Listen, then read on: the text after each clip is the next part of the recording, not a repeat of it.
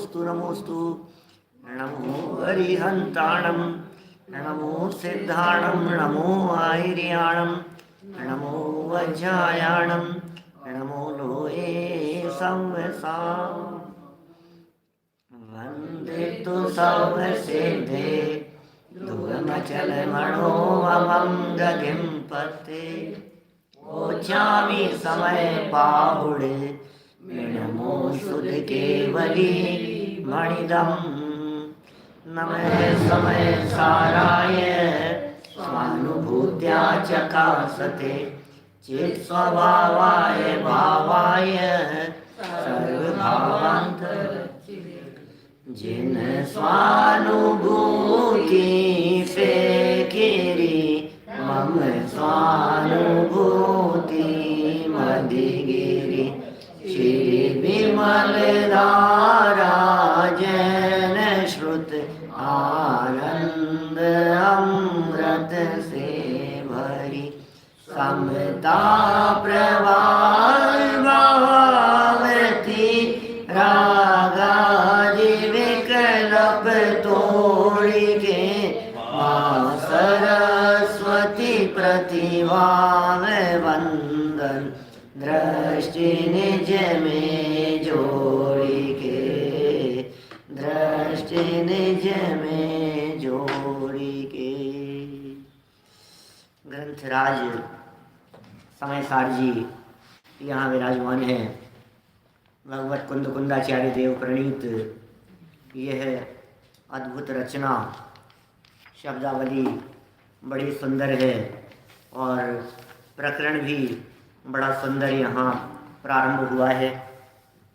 आश्रव अधिकार का यह प्रकरण और जिसमें समरांगण में समागत ऐसी चर्चा करके उस आश्रव भाव के मद का मर्दन कर दिया है। इस रणभूमि में जिस ज्ञान ने उस ज्ञान को यहाँ वंदन किया गया, उस ज्ञान को नमस्कार किया गया जो ज्ञान सर्वोपरि है, जो ज्ञान सारे जगत में मथने वाले उस आश्रव भाव का भी मद मर्दन कर देता है, उसके घमंड को चूर चूर कर देता है। ये ऐसा ज्ञान प्रकाश जिसके हृदय में, जिसके अंतरंग में जागृत होता है, ऐसे ज्ञानियों को वंदन है, ऐसे ज्ञान को वंदन है जिस ज्ञान ने ये भेद विज्ञान किया है। पहले जीव और अजीव में भेद विज्ञान कराया, फिर उनके कर्ता कर्म में भेद विज्ञान कराया, फिर पुण्य और पाप से आत्मा का भेद विज्ञान कराया कि पुण्य और पाप भिन्न है और यह भगवान आत्मा भिन्न है। और फिर आगे चलकर यहाँ आश्रव भावों से भी भेद विज्ञान करा रहे हैं। ये आश्रव भाव भी मैं नहीं हूँ, मेरे नहीं है, मैं इनका कर्ता नहीं हूँ, मैं इनका भोक्ता नहीं हूँ, इस तरह से भेद विज्ञान होता है। तो ये भेद विज्ञान कराते हुए यहाँ पहला कल मंगलाचरण का कलश हमने पढ़ा था और इस मंगलाचरण के कलश का हमने भावानुवाद भी पढ़ा था बनारसी दास जी का। बनारसी दास जी ने भावानुवाद में जिस बारीकी से चर्चा की और जिस तरह का सजीव चित्रण किया वो बड़ा ही सुंदर था। मूछ पर ताव दे करके वो आया और उसने रणथंभ रोप दियो, है ना, ऐसे गजब के शब्द दिए थे वहाँ। और फिर उस रणथंभ को भी जिसने उखाड़ फेंका, क्षण मात्र में ही ऐसा ज्ञान वो विजय को प्राप्त होता है। ये सब चर्चाएं कल तक अपनी यहाँ हो चुकी है और आज इसी चर्चा को आगे बढ़ाते हुए मैंने ये तो भूमिका बनाई थी और इस भूमिका के दम पर आगे चल कर के पूरा अधिकार जो 180 नंबर गाथा तक चलेगा उसमें सब यही चर्चाएं आने वाली है। चलिए 164 165 नंबर गाथा की उत्थानिका देखिए। इन गाथाओं की उत्थानिका लिखते हुए आत्मख्याति में आचार्य अमृतचंद्र लिखते हैं कि अब आश्रव का स्वरूप कहते हैं, तत्र आश्रव स्वरूपम अभिदधाति। अब आश्रव का स्वरूप कह रहे हैं। देखो अब अभी तो आप जानते ही नहीं है, शिष्य क्या पता किसको आश्रव समझ रहा है। आश्रव क्या होता है? बोले आश्रम जो है ये अपने योग्य नहीं है, ये अपने से भिन्न है, पहले तो इसको सिद्ध करेंगे। देखिए 164 165 नंबर मूल गाथाएं बोलेंगे, फिर पद्यानुवाद बोल करके फिर हम लोग आगे बढ़ेंगे। मिच्छतम अविरमणम कसाय जोगाय सन्न सन्नादु बहुवीर्या जीवे तस्यैव अन्नं परिणामा प्राणावर्णादियस् ते दुःखमस्य कारणं होन्ति ते चिन्त्यो जीवो राग दोषादि भाव करो। कितना स्पष्ट शब्दों में यहाँ दो तरह के मिथ्यात्व की बात कर रहे हैं, एक चेतन मिथ्यात्वादी, एक अचेतन मिथ्यात्वादी। देखिए इसी का पद्यानुवाद नीचे पढ़ते हैं अपन लोग। मिथ्यात्व अविरति योग और कषाय चेतन चेतन चित रूप जो है वे सभी चैतन्य के परिणाम आदिक अचेतन कर्म के कारण बने, उनका भी तो कारण बने रागादि कारक जीव। ये जो रागादि को उत्पन्न करने वाला जीव है ये उनका भी कारण बनता है। इनका मिथ्यात्व वृत्ति योग कषाय चेतन का। अभी यहाँ ये कह रहे हैं चेतन और अचेतन। देखो पहली गाथा में क्या कह रहे हैं, मतलब 164 नंबर गाथा में मिथ्यात्व अविरति योग और कषाय ये सब चेतन भी हैं और ये सब अचेतन भी हैं। क्या बात कर रहे हो आप? मिथ्यात्वादी कि हाँ मिथ्यात्वादी परिणाम चेतन के परिणाम हैं, ये तो सब कहते हैं। भाई मिथ्यात्व मत करो, मिथ्यात्व मत करो, तो भाव मत करो, मिथ्यात्व रूप, कषाय मत करो, कषाय मत करो, तो सब चेतन के कोई उपदेश देते हैं भाई तुम मत करो ये काम। चेतन रूप तो सबको दिखते हैं, लेकिन यहाँ अचेतन रूप भी कहा गया है। एक्चुअल में ये जो मिथ्यात्व है, ये मिथ्यात्व एक है भाव मिथ्यात्व, एक है द्रव्य मिथ्यात्व। जो भाव मिथ्यात्व है वो जीव की पर्याय है, और जो द्रव्य मिथ्यात्व है वो पुद्गल की पर्याय है। भाव मिथ्यात्व जीव का परिणाम है, जीव की पर्याय में होता है। द्रव्य मिथ्यात्व द्रव्य कर्म की पौद्गलिक प्रकृतियां हैं, माने जो ज्ञानावर्णी कर्म की प्रकृतियां हैं, दर्शनावर्णी मोहनी आदि कर्म की प्रकृतियां हैं, ये सब कर्म प्रकृतियां जैसी है ना, जैसे ज्ञानावर्णी की कर्म प्रकृति, दर्शनावर्णी की कर्म प्रकृति, ऐसे ही मिथ्यात्व नामक कर्म प्रकृति है। ऐसी क्रोध नामक कर्म प्रकृति है, माने जो क्रोध जीव के भावों में हुआ वो क्रोध अलग था, और जो क्रोध द्रव्य कर्म रूप था वो क्रोध अलग था। तो दो तरह से क्रोध का परिणाम हो गया, क्रोध का परिणाम दो तरह से हो गया। यद्यपि ये सारी बातें सब स्वाध्यायी लोग हैं, सब लोग अच्छे से जानते ही हैं, लेकिन फिर भी चूंकि प्रकरण है इसलिए उस बात को यहाँ एक बार पुनः, क्योंकि कुछ लोग नए भी हो सकते हैं, इसलिए द्रव्य मिथ्यात्व क्या है? द्रव्य मिथ्यात्व माने मिथ्यात्व नामक दर्शन मोहनी कर्म की प्रकृति, वो द्रव्य मिथ्यात्व। एक दर्शन मोहनी नाम का कर्म है। मोहनी नाम का कर्म तो सब जानते हैं, उस मोहनी कर्म के ही दो भेद हैं, एक दर्शन मोह और दूसरा चारित्र मोह। तो जो चारित्र मोह है वो चारित्र मोह तो जो है सो है, राग द्वेष आदि परिणाम। लेकिन जो दर्शन मोह है उस दर्शन मोह का पहला भेद है मिथ्यात्व। जब हम कहते हैं दर्शन मोहनी कर्म का उदय आया, तो मिथ्यात्व का उदय, मिथ्यात्व का उदय और उस मिथ्यात्व के उदय में मिथ्यात्व रूप परिणाम, तो मिथ्यात्व का उदय, ये द्रव्य मिथ्यात्व का उदय है। और मिथ्यात्व रूप परिणाम, ये परिणाम जीव के परिणाम हैं, जो वर्तमान विकारी भाव, भाव जैसे कहते हैं ना अपन, ये विकारी भाव, विपरीत भाव, खोटे भाव, ये सब भाव मिथ्यात्व नामक कर्म प्रकृति है। जैसे मिथ्यात्व नामक कर्म प्रकृति की बात कही है, इसी तरह से अविरमणम, कषाय, योगा, ये सब में लगाना ये मिथ्यात्व नामक कर्म प्रकृति है। ये तो ख्याल में आई ही बात, लेकिन अविरति नाम की भी कर्म प्रकृति है, कषाय नाम की भी कर्म प्रकृति है, योग नाम की भी कर्म प्रकृति है।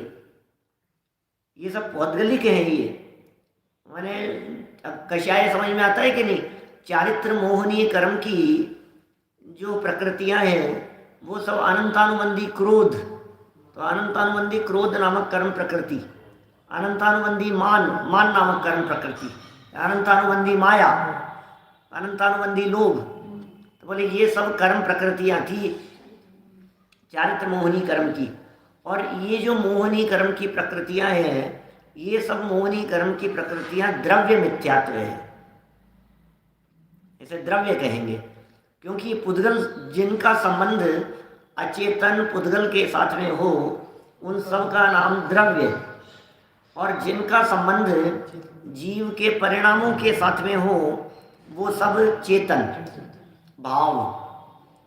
अपन द्रव्य हिंसा और भाव हिंसा, क्या फर्क है इनमें? द्रव्य हिंसा भाव हिंसा में द्रव्य झूठ और भाव झूठ, द्रव्य चोरी और भाव चोरी, क्या फर्क है?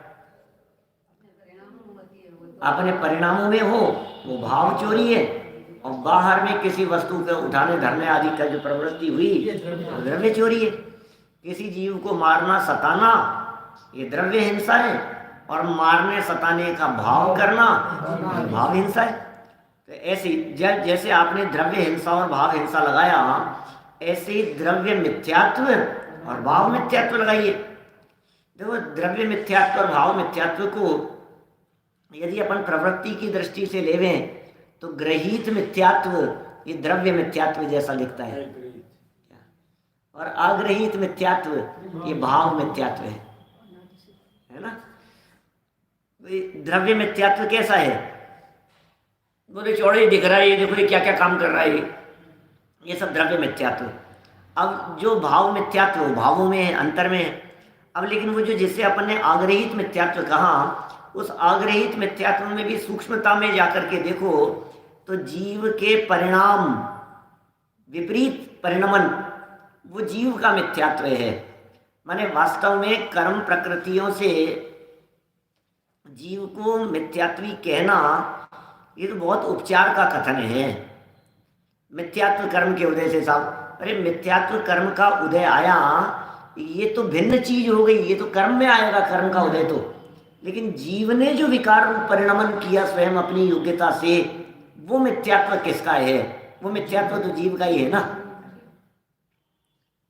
भाई क्रोध कर्म का उदय आया, अब क्रोध कर्म के उदय आने पर क्रोध रूप परिणाम, ये क्रोध रूप परिणाम किसका है? क्रोध कर्म का उदय तो मिथ्यात्व में आया, क्रोध कर्म का उदय तो क्रोध नामक कर्म प्रकृति में आया। हाँ अब देखो ये वापस देखना, यहाँ मिथ्यात्व, अविरति, योग और कषाय, चेतन अचेतन, है ना? ये कषाय आदि जो है ये चेतन भी है और अचेतन भी, चारों के अंदर लगाना चेतन और अचेतन। चित्रूप जो हैं, अब इन सब में जो चेतन और अचेतन कह दिया ना, इन सब में जो चित्त रूप हैं माने चैतन्य रूप हैं, वे सभी चैतन्य के परिणाम हैं।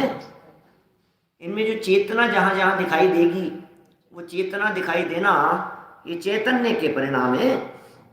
और ज्ञानावरण आदिक अचेतन कर्म के कारण, ज्ञानावरण आदिक अचेतन है। ये जो ज्ञानावरणी है, दर्शनावरणी आदि है, ये सब अचेतन, और ये अचेतन कर्म के कारण बने, उनका भी तो कारण बने, रागाधिकारक जीव है, और कर्म प्रकृतियां थी, वो कर्म प्रकृतियां ये नवीन कर्म बंधन का कारण बनी। और उन कर्म प्रकृतियों का कारण बना रागादि परिणाम।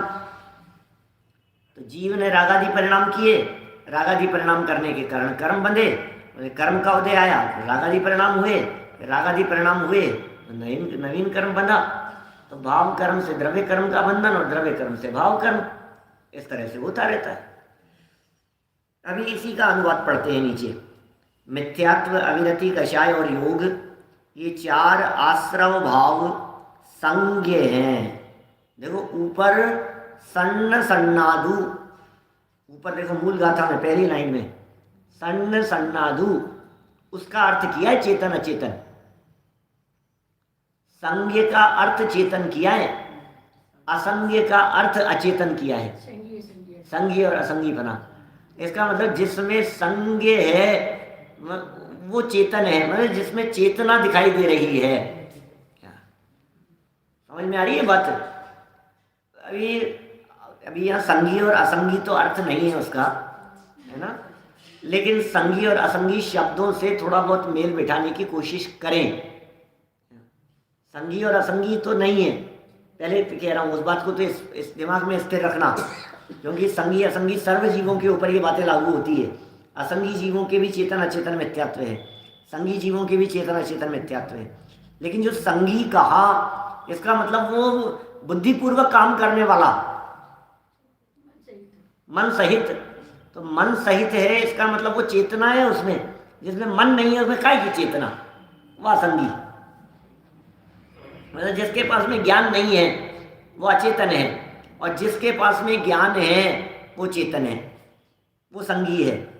इसका मतलब चींटी को भी संज्ञ कह रहे हैं यहाँ, मक्खी मच्छरों को भी संज्ञ कह रहे हैं यहाँ। जो ज्ञान सहित है, बस जो चेतना सहित है, वो सब संज्ञ है।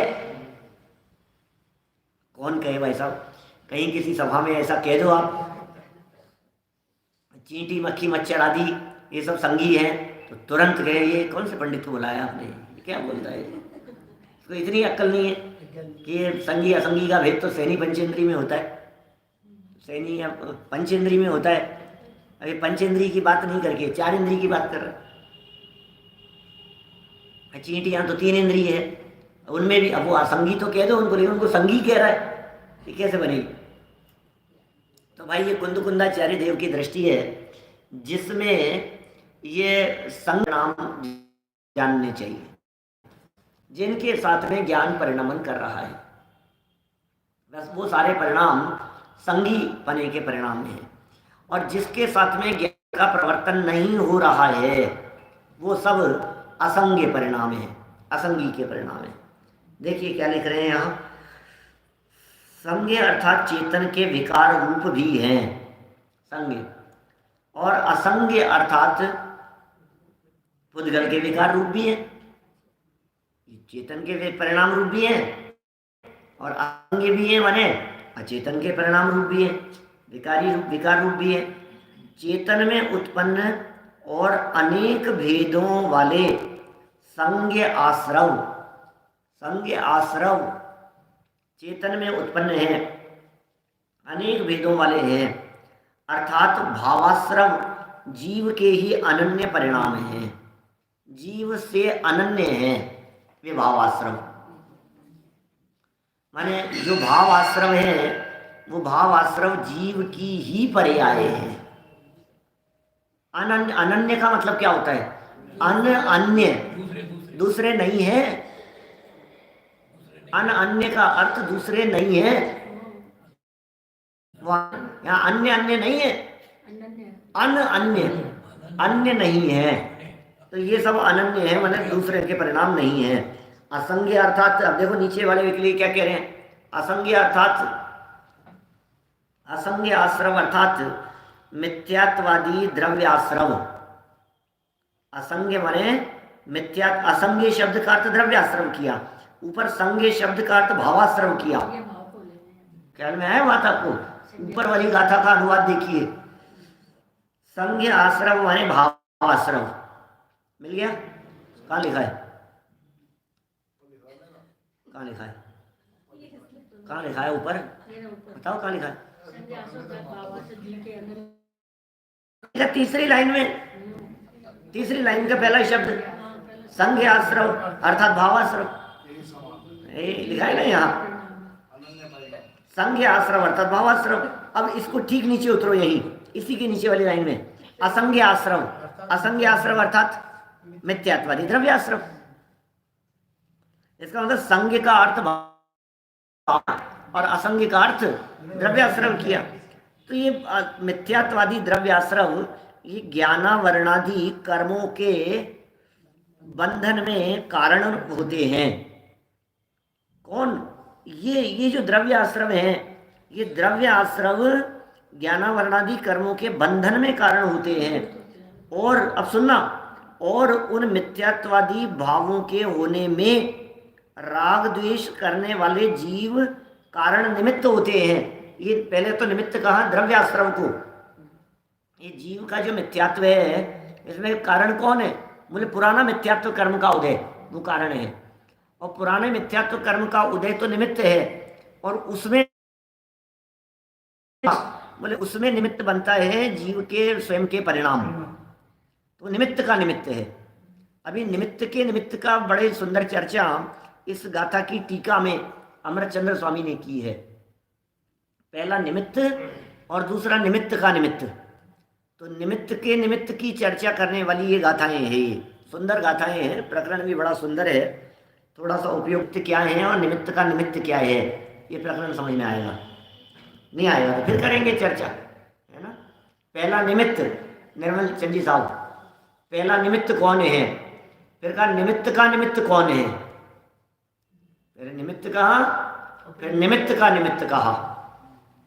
अरे जैसे ये हमारे साले हैं और ये बोले साले के साले हैं, ऐसा कहा जाता है ना। ये जिया जी हैं और जिया जी के जिया जी हैं, तो दोनों ही अब ऐसे, अब दोनों को कहा वही जाएगा, शब्द वही दिए जाएंगे। ऐसे निमित्त तो निमित्त है ही, लेकिन निमित्त का निमित्त भी निमित्त ही है। उसको क्या कहोगे आप? उपादान तो कह नहीं सकते उसको। तो निमित्त और उपादान दो ही खाते हैं अपने यहाँ। तो अब उसको निमित्त को कौन से खाते में डाला? निमित्त के खाते में। बोले निमित्त के निमित्त को कौन से खाते में डाला? निमित्त के खाते में। तो बोले जब हम एक दूर का निमित्त हो गया, एक नजदीकी निमित्त हो गया, है निमित्त दोनों। देखिए उक्त गाथाओं के भाव को आत्मख्याति में इस प्रकार स्पष्ट किया गया है। क्या कह रहे हैं आचार्य अमृतचंद्र स्वामी, जरा देखना। 264 नंबर पेज पर 164 नंबर गाथा, है ना। अपने परिणामों के निमित्त से होने वाले मोह राग द्वेष रूप आश्रव भाव जड़ नहीं है, क्या चिदाभास हैं, चैतन्य के ही विकार है। किसके निमित्त से होने वाले? कौन से परिणाम? अपने परिणामों के निमित्त से होने वाले जो मोह राग द्वेष भाव हैं, माने अपनी विकृति। ये अपनी विकृति आश्रव भाव ये जड़ नहीं है, ये वो चिदाभास है, वो चैतन्य का ही परिणाम है। अपने उत्पन्न होने वाले, अपने में उत्पन्न होने वाले, मतलब मेरे में उत्पन्न होने, अभी मेरे में उत्पन्न होने वाले के दो अर्थ लगाना। मेरे में उत्पन्न होने का मतलब वो द्रव्य मिथ्यात्व भी मेरे में ही हो रहा है, लेकिन चूंकि वो मेरे में होते हुए भी है पौद्गलिक, उसमें जो स्पर्श रस गंध वर्ण नाम का जो गुण है वो द्रव्य मिथ्यात्व में पाया जाता है। और मेरा जो ये मिथ्यात्व है, इस मिथ्यात्व में स्निग्ध रुक्षता नहीं है,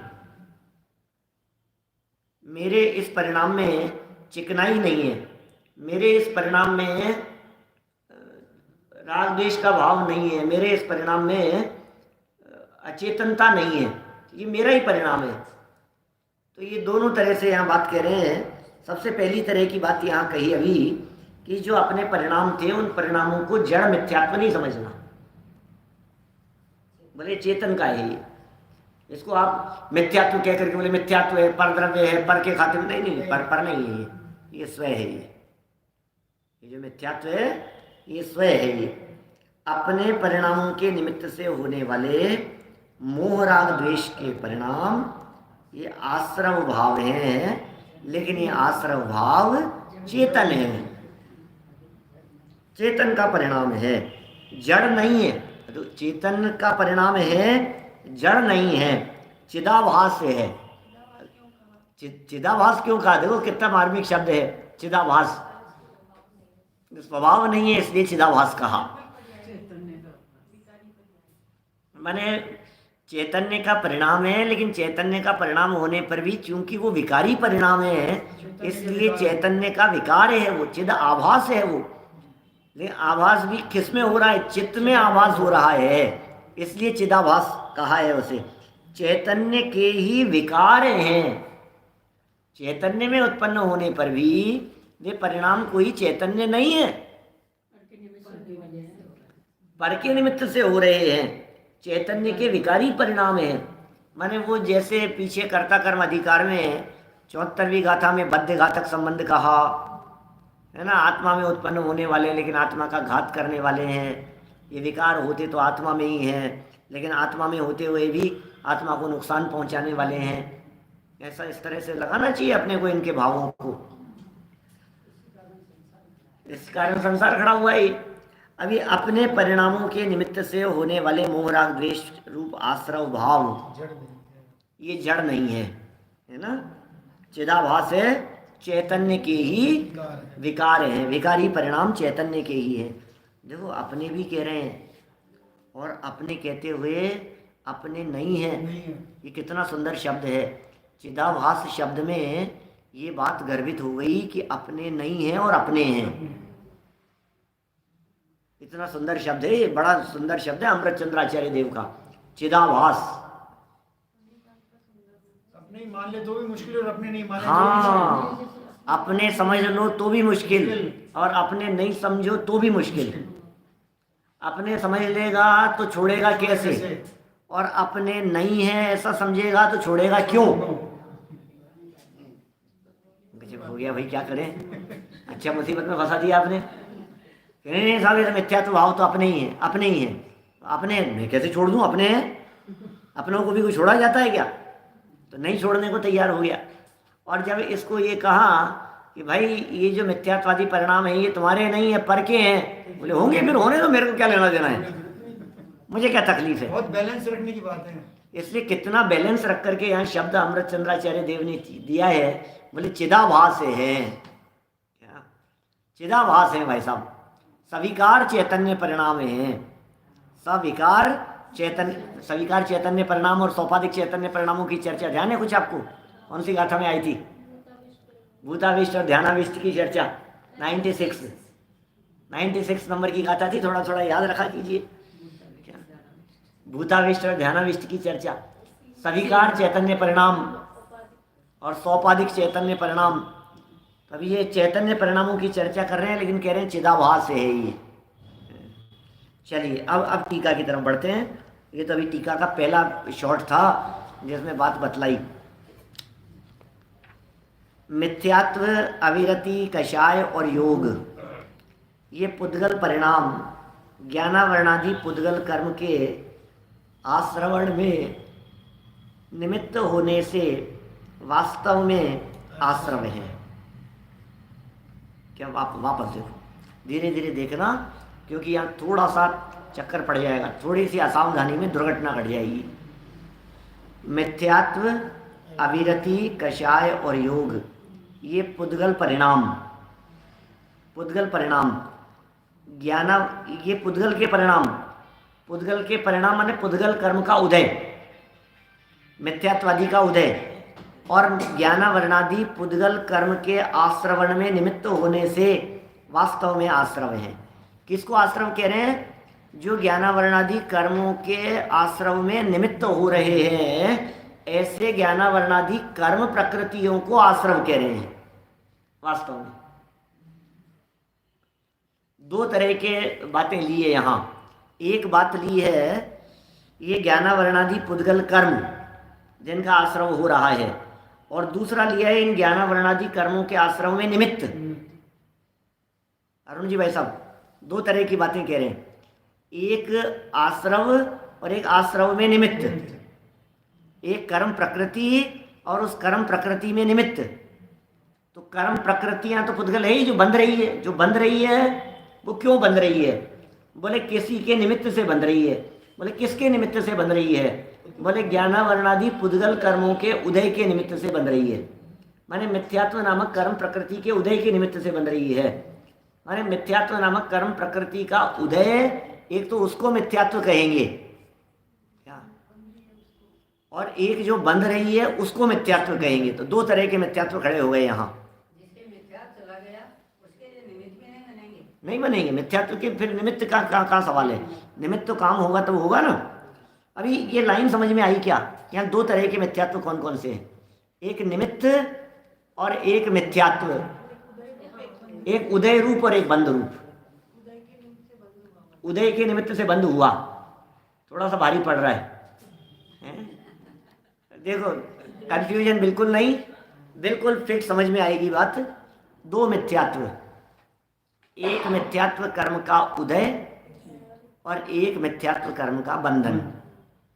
जिस मिथ्यात्व कर्म का बंधन हुआ वो मिथ्यात्व कर्म नवीन है, और जिस मिथ्यात्व कर्म का उदय आया था वो मिथ्यात्व कर्म पुराना था। ये कह रहे हैं पूर्व में मिथ्यात्व कर्म का उदय यदि नहीं आवे, पिछला मिथ्यात्व कर्म का उदय नहीं आवे, तो नवीन मिथ्यात्व कर्म नहीं बांधा जा सकता। नवीन मिथ्यात्व कर्म बंधेगा तो पिछला निमित्त होगा ही होगा, वो उदय में आएगा ही आएगा। सत्ता में था और वो उदय में आया, सत्ता में भी था और उदय में भी आया वो, और उदय में आया और फिर इस जीव ने मिथ्यात्व किया। अब ये कह रहे हैं यहाँ कुछ और बात आगे, और उन मिथ्यात्वादी पुद्गल परिणामों के आश्रवण के निमित्तत्व के निमित्त। अब ये भाव कर्म की बात कहना चाह रहे हैं। थोड़ी सी उपयोग को सूक्ष्म समझना भाई। वापस कहता हूं भाई, विनयकांत जी, सुदीप जी, ध्यान देना। देखो वापस ऊपर से पढ़ रहा हूं, पहली लाइन से, 265 नंबर पे, अजय भैया। हाँ सर, हाँ सरल, बिल्कुल सबके समझ में, सबके का मतलब मेरे समझ में आ जाए बस, इसका नाम सरल है। सबके समझ में आ रही है बात? आ रही है ना?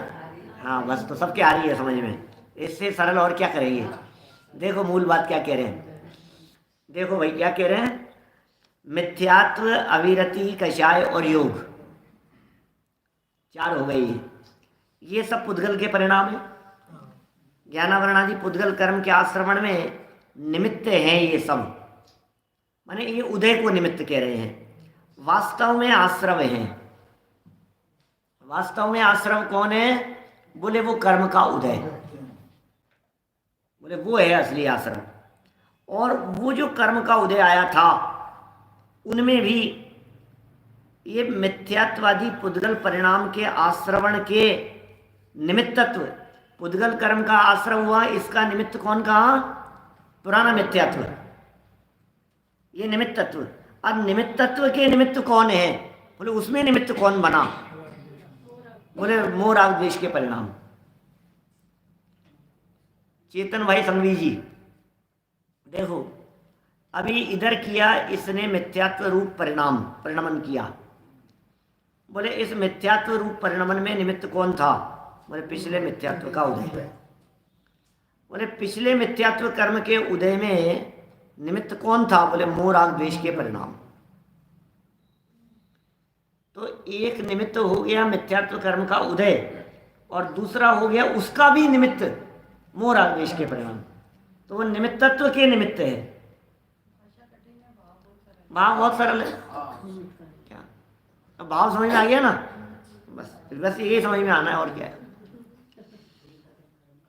जो कि अज्ञानमय आत्म परिणाम ही है। एक मिथ्यात्व, दूसरा मिथ्यात्व कर्म का उदय, और उस मिथ्यात्व कर्म के उदय में निमित्त बनने वाले मोह राग द्वेष के परिणाम। इसलिए मिथ्यात्वादी पुद्गल परिणामों के आश्रवण के निमित्तत्व के निमित्तभूत होने से राग द्वेष मोह ही आश्रव हैं। ये निष्कर्ष कह दिया यहाँ वाक्य का। माने चौथी लाइन देखना वापस, चौथी लाइन के अंदर सारा निष्कर्ष आ गया। मिथ्यात्वादी पुद्गल परिणामों के आश्रवण के निमित्तत्व, निमित्तत्व के निमित्तभूत, जो मिथ्यात्वादी कर्म का आश्रव हुआ, और मिथ्यात्वादी कर्मों के आश्रव के निमित्त कौन? राग द्वेष परिणाम। बस बोले बोले वो आश्रव है असली। तो बोले मिथ्यात्व कर्म का उदय, बोले वो मिथ्यात्व कर्म का उदय अकेला कुछ नहीं बिगाड़ सकता जब तक मोह राग द्वेष के परिणाम नहीं होंगे। और मिथ्यात्व कर्म के उदय के बिना ये मोह राग द्वेष के परिणाम होते नहीं। भाई जो इस जीव के विकारी परिणाम हुए, बोले कर्म का उदय था तो जीव के विकारी परिणाम हुए। जीव ने मोह राग द्वेष का परिणाम क्यों किया? बोले कर्म के उदय में। और कर्म का उदय होवे और मोह राग द्वेष नहीं होवे तो वो भी नवीन आश्रम का कारण नहीं है। भाई कर्म का उदय आया और जीव ने नए मोह राग द्वेष नहीं किए तो ये कर्म का उदय तो आकर के चला जाएगा। अब कर्म का उदय आया, मोह राग द्वेष किए इस जीव ने, तो बंधन होगा। अब दूसरी तरफ से लगाओ, बोले मोह राग द्वेष आदि इस जीव के होवे और कर्म का उदय नहीं होवे, बोले ऐसा तो बनता ही नहीं है। ऐसा होता ही नहीं है कि ये जीव के मोह राग द्वेष के परिणाम हो और पीछे से कर्म का उदय नहीं हो। इसलिए कर्म का उदय तो नियम से चलता ही चलता है। कौन? कर्म के उदय, कर्म का उदय हुआ, लेकिन कर्म के उदय होने के साथ में जब तक परिणाम नहीं होंगे मोह राग द्वेष के परिणाम, तब तक नया कर्म नहीं बंधेगा। क्योंकि उदय आया, इसने परिणाम नहीं किया, वो चला गया। मैंने उसका स्वागत तो करेगा यहाँ क्या? मोह राग द्वेष मतलब जो मिथ्यात्व कर्म का उदय आया, उस मिथ्यात्व कर्म के उदय का, वो मिथ्यात्व कर्म का उदय आया तो आया था उसका, तो आने वाले का स्वागत किसने किया? जीव ने किया। बोले स्वागत नहीं किया तो चला गया, और स्वागत किया तो रुक गया। दरवाजे तक आया कोई व्यक्ति, हमने उसका स्वागत किया तो अंदर आ गया, स्वागत नहीं किया दरवाजे से ही चला गया। क्या अब समझ में आया ना? अब उदाहरण से समझ में आई बात। क्या गेट पर कोई व्यक्ति आया और दरवाजा नहीं खोला, अपन ने दरवाजा नहीं खोला, दरवाजे पर हमने स्वागत नहीं किया, हमने उसको कहा नहीं कि आओ साहब आइए पधारिए, तो पधारा ही नहीं वो। हम जब जाते हैं ना लोगों के घरों पर, तो लोग हमारे को ले जाने वाले साथ में लेकर के जाते हैं। अब साथ में लेकर के जा रहे हैं अपने घर, अब जिनके साथ में जा रहे हैं वो ही खुद के घर के दरवाजे पर पहुंचने के बाद में कहते हैं अब वहाँ जाकर अंदर जाकर के कहते हैं अब पधारो आप, तो साथ में तो आप क्या जरूरत है? ऐसा होता है? ऐसा सिस्टम ये है। माने आपको साथ में लेकर के आए भोजन के लिए, अब साथ में लाओ तो फिर आप दरवाजे पर खड़े होकर के फिर दोबारा ये कहो कि अब आइए साहब अंदर। क्या है? तो लाई लेके आए हो ना आप, लेकिन नहीं ऐसा होता है। ये देखिए क्या कह रहे हैं, वापस पढ़ता हूँ, लाइनों को थोड़ा सा बारीकी से देखो, सब समझ में आएगा। जिग्नेश भाई देखो, मिथ्यात्व, अभी पहली लाइन से पढ़ रहा हूँ, पहली लाइन का पहला शब्द मिथ्यात्व। अभी ये मिथ्यात्व अविरति कषाय योग में से अकेले मिथ्यात्व को ही लेकर के चलो, है ना? मिथ्यात्व समझ में आ गया तो सब समझ में आ जाएगा। मिथ्यात्व, अविरति, कषाय और योग, ये पुद्गल परिणाम, पुद्गल के परिणाम माने पुद्गल का परिणमन, और ज्ञान पुद्गल का परिणाम था, और ज्ञानावरणादि पुद्गल कर्मों के आश्रवण में निमित्त था। नया ज्ञानावरणादि कर्म आ रहा था, इस नए ज्ञानावरणादि कर्म के आने में वो परिणाम निमित्त था। इसलिए वास्तव में तो वही आश्रम है। अब पहले यहाँ इसको भी वास्तव में कह रहे हैं, फिर आगे मोह राग द्वेष को भी आश्रम कहेंगे। दोनों ही वास्तव में है और दोनों की अहमियत है अपनी, दोनों के बिना काम नहीं चलेगा। दोनों में से एक से मिथ्यात्व कर्म का आश्रम हो जाए ऐसा नहीं होता है, दोनों के दम पर ही कर्म का आश्रम होगा। अकेला जीव का विकारी परिणाम हुए तो भी ये जीव मिथ्यात्व कर्म के उदय के बिना नवीन बंधन नहीं हो सकता, और अकेला उदय होवे तो परिणाम के बिना बंधन नहीं हो सकता। माने अकेला उदय भी नवीन कर्म बांधने में समर्थ नहीं है, अकेला परिणाम भी नवीन कर्म बांधने में समर्थ नहीं है। अकेला परिणाम वो निरर्थक है, और अकेला उदय वो भी सार्थक नहीं है। दोनों ही इसी तरह के एक जैसे हैं दोनों। मिथ्यात्व, अविरति, कषाय और योग ये पुद्गल परिणाम ज्ञानावरणादि पुद्गल कर्म के आश्रवण में निमित्त, पुद्गल कर्म के आश्रव में निमित्त होने से वास्तव में आश्रव हैं। क्योंकि भैया ये इनके पीछे हो रहा है ये काम। जब तक टोडरमल जी साहब ने लिखा ना कि इस जीव के मिथ्यात्व कर्म का उदय जब तक रहेगा तब तक ये जीव मिथ्यात्वी बना रहेगा। हम क्या करें, कर्म का उदय तब तक ये जीव मिथ्यात्वी है। लेकिन यहाँ एक स्टेप आगे बढ़ के बात कह रहे हैं, ये कह रहे हैं कर्म का उदय तो था, लेकिन कर्म के उदय के साथ में इस जीव ने विकार किया तो बंध गया। उन मिथ्यात्वादी पुद्गल परिणामों के आश्रवण के निमित्तत्व, अभी पुद्गल परिणामों के आश्रव के निमित्तत्व कौन? नहीं, वो तो निमित्तत्व के निमित्त है। अभी कर्म का जो आश्रम हुआ इनके निमित्त मिथ्यात्वादी, पुराना कर्म का उदय, पुराने कर्म के उदय में हो रही है ये सारी गड़बड़। अभी उसमें वो अलग था, पुराने कर्म के उदय में वो अलग था। अभी ये क्या कह रहे हैं, आश्रवण के निमित्तत्व के निमित्त राग द्वेष मोह हैं, जो कि अज्ञानमय आत्म परिणाम ही है। अब यहाँ उन मोह राग द्वेष आदि परिणामों को अज्ञानमय कह दिया। अज्ञानमय का मतलब ये मोह राग द्वेष के परिणाम मिथ्यात्व सहित वाले परिणाम है, इसलिए अज्ञानमय कह रहे हैं। इसका मतलब ज्ञानी जीव के होने वाले मोह राग द्वेष परिणाम ये नवीन कर्म बंधन के कारण नहीं बनते। अज्ञानी के अज्ञान में परिणामों की बात चल रही है, जो कि अज्ञान में आत्म परिणाम ही हैं।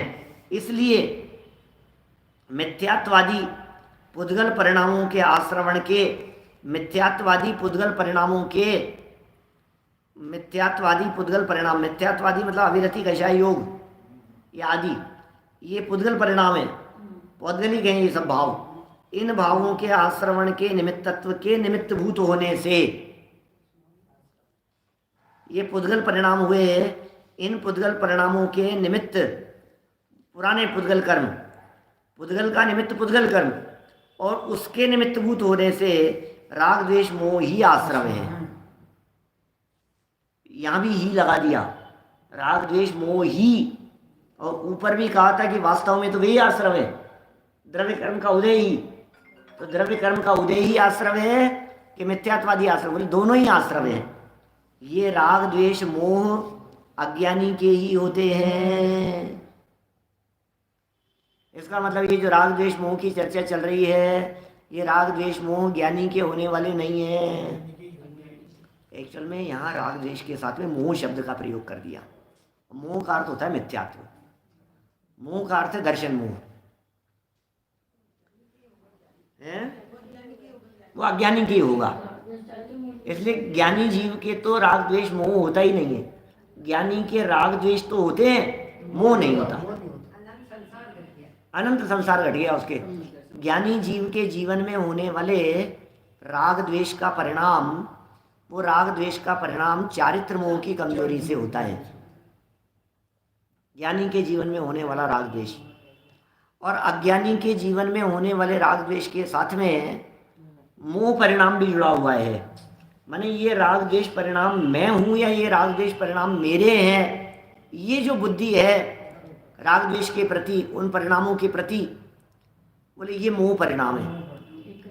राग, अभी मोह क्या चीज़ है जी? राग ही है और तो कुछ है नहीं। राग द्वेष के अलावा मोह कुछ और नहीं है। मोह कोई अलग से परिणाम नहीं। बोले राग द्वेष की परिणामों में जो तन्मयता का परिणाम है, राग में ही तन्मयता, ये राग मेरा है, बोले ये मोह हो गया। ये द्वेष मेरा है, ये मोह हो गया। मोह अलग से परिणाम नहीं है कुछ भी। अच्छा, मोह के परिणाम से क्या होता है बोलो? राग के परिणाम से किसी को अच्छा जाना जाता है, भला जाना जाता है, अपना समझा जाता है। राग अपना जान करके राग करता है ये जीव, बुरा जान करके उनसे द्वेष करता है। अब मोह करने के लिए क्या करेगा? हैं? बोले मोह मोह मोह का परिणाम बतलाओ क्या है?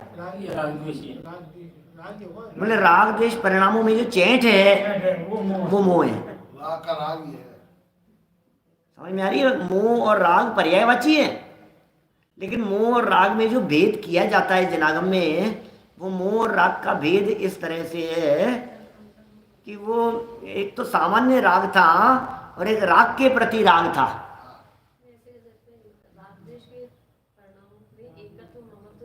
बस राग द्वेष के परिणामों में एकत्व ममत्व कर्तृत्व भोक्तृत्व है, ये मोह का परिणाम है, ये मोह परिणाम है। किसी किसी के प्रति हमने राग किया, अच्छा हमने बाल बच्चों के प्रति राग था हमारा, और कहा बाल बच्चों के प्रति मोह। अब राग और मोह में क्या फर्क हो गया भैया? उन्होंने कहा बच्चों के प्रति राग, भैया बच्चों के प्रति बहुत ही राग है, देखा ये बच्चों के प्रति मोह है। तो ये मोह और राग में क्या भेद करोगे आप? बोलो ढोलिया जी साहब, आपका बच्चों के प्रति राग है या बच्चों के प्रति मोह है? उसी में लिप्त रहो, उसी में ज्यादा चिपके रहो तो वो मोह हो जाता है। माने बात तो एक ही है सुनील जी सर्राफ साहब, बात एक ही है, लेकिन एक ही होते हुए भी जब उसी राग परिणाम के साथ में तन्मयता रहती है तो उसे ही जनागम में मोह कहा जाता है। राग में सुख बुद्धि नहीं है उसको, राग में सुख बुद्धि नहीं राग है, अंधी बस होती है। ज्ञानी को राग में सुख बुद्धि नहीं है। तो देश में मोह कैसे होगा फिर? द्वेष में भी मोह है, क्योंकि देखो ये मोह जो है ना, ये अकेला राग का पर्यायवाची नहीं, इसको मोह के साथ में भी लगाओ, द्वेष के साथ में भी लगाओ। कैसे? बोले एक तो ये बुरा है, बुरा जाना, तो बुरा तो ज्ञानी भी जानते हैं, लेकिन बुरा जान करके ये मेरा बुरा करने वाला है, ये मेरा हित करने वाला है, ऐसा जो समझा गया अंदर में, एकत्व ममत्व कर्तृत्व भोक्तृत्व रूप जहाँ आ जाएगी बात, वहाँ मोह हो जाएगा। द्वेष में भी एक तो किसी वस्तु को बुरा जाना कि ये बेकार है, हटाओ इसको, अब बुरा जान करके हटाया, ये तो ज्ञानी जीव भी हटाएगा, लेकिन अब उसको इतना बुरा समझा कि वो अहित रूप ही मानने लगा उसको, ये मोह हो गया। तो ये क्या कह रहे हैं, चलो वापस आ जाओ अपन, तो ये तो बात बीच में मोह राग द्वेष की बतला दी आपको। ये राग द्वेष मोह अज्ञानी के ही होते हैं, यह बात उक्त कथन के अर्थ में से ही स्पष्ट हो जाती है। ये जो आचार्य देव ने अर्थ किया यहाँ, इस अर्थ से ही ये बात स्पष्ट हो जाती है अज्ञानी के। तात्पर्य यह है कि यद्यपि मूल गाथाओं में यह बात स्पष्ट शब्दों में नहीं कही गई है, मूल गाथाओं के अंदर इतनी क्लियर नहीं है, मूल गाथाओं में सीधी सच्ची बात कहते हैं भैया ऐसा है बस, उसमें तो कह दिया ये चेतन है, ये अचेतन है, ये चिदाभास है, कितना स्पष्ट सरल बात कह दी थी वहाँ तो। लेकिन ये जो बात यहाँ इन्होंने टीका में खोली है, ये बात नहीं खुली थी, तथापि गाथाओं के अर्थ में से ही ये आशय निकलता है। माने गाथाओं से ये इन्होंने जो आशय निकाला है, ये आशय कैसा निकला? ये आशय इस तरह का निकाला कि पहले तो कर्म का उदय कर, मतलब हम तो क्या करते हैं आज तक, अपन ये करते रहे, देखना अपन आज तक क्या करते रहे, और आचार्य देव ने क्या बतलाया यहाँ। हम ये कहते रहे कि भैया ये जो मिथ्यात्व हो रहा है ना, ये आपने परिणाम किए इसलिए मिथ्यात्व हो गया। तो परिणाम और मिथ्यात्व ये दो कोई अपन साथ में, जीव ने जो क्रोध किया, जीव के जो क्रोधादि कषायें हुई, ये क्रोधादि कषायों में निमित्त कौन? बोले परिणाम। जीव ने जो क्रोध परिणाम जीव के साथ में है, बोले इसका निमित्त कौन? बोले तुमने राग द्वेष किए इसलिए कर्म बंधा इसलिए राग द्वेष हुए। तो बोले बस ये दो ही दिखते हैं अपने को, द्रव्य और भाव। आचार्य देव ने यहाँ एक तीसरी कड़ी लगाई है बीच में, बोले ये जो मोह राग द्वेष हुए, ये इसमें निमित्त कौन है? बोले पुराने द्रव्य कर्म का जो उदय है वो जब तक नहीं होगा तब तक नवीन भाव कर्म कुछ करने में समर्थ नहीं होता। वो जो है असली चीज वही है, बोले मिथ्यात्व कर्म का उदय, बोले वो उदय मिटे, उधर से उदय मिटे, इधर से इसका भाव मिटे। उदय मिटने पर भाव मिटता है, और उदय मिटने पर जब भाव मिटता है तो फिर ये जीव का बंधन नहीं होता है। अभी बंधन क्यों हो रहा है? क्योंकि उदय हो रहा है। उदय क्यों हो रहा है? क्योंकि उदय में निमित्त उसका कर्म का परिणाम है, जीव का परिणाम है। उदय अपने हाथ में नहीं है। तो क्या क्या बातें हो गई, वापस देखो, अब 3 स्टेप हो गए यहाँ। तीनों स्टेप को अपन कह करके बात को पूरी करते हैं। कल इसका अपन विशेष अर्थ जो दादा ने ज्ञायक भाव प्रबोधनी में लिखा है उसे पढ़ करके आगे बढ़ेंगे। अभी यहाँ क्या कह रहे हैं, वापस सुनना। देखो, दुरंत कषाय चक्र वहां लिया है ना छठी गाथा में, वो यहाँ ले सकते हैं, बिल्कुल ले सकते हैं। बहुत कठिन है उस कषाय चक्र को मिटाना। इस जीव ने मिथ्यात्व किया, ठीक है, मिथ्यात्व किया। तो बोले मिथ्यात्व क्यों किया? इस जीव का जो मिथ्यात्व हुआ ना, या मिथ्यात्व बंधा इस जीव को, मिथ्यात्व क्यों बंधा? अभी परिणाम की बात नहीं करना। इस जीव के मिथ्यात्व बंधा, ये क्यों बंधा? बोले पिछला कर्म का उदय आया था मिथ्यात्व का, इसलिए बंध गया। तो बोले पिछले कर्म के उदय से नया मिथ्यात्व बंधेगा तो फिर जीव के परिणाम कहाँ जाएंगे? तो ये कह रहे हैं जीव के परिणाम ये उस कर्म के निमित्त हैं। वो जो पिछला कर्म का उदय आया उसके निमित्त हैं ये। माने वो मोरा द्वेष का परिणाम जब तक नहीं होगा तब तक वो कर्म का उदय इस जीव को कुछ करने में समर्थ नहीं है। इसलिए मोरा द्वेष का परिणाम भी हो और कर्म का उदय भी हो, ये दोनों चीजों का कॉम्बिनेशन साथ में बैठे तो नवीन कर्म का बंधन हो, अदरवाइज नवीन कर्म का बंधन नहीं होता। तो ये बातें अभी देखो, कल और थोड़ा सा इसको अपन खोलेंगे, थोड़ा और स्पष्ट करेंगे इस बात को।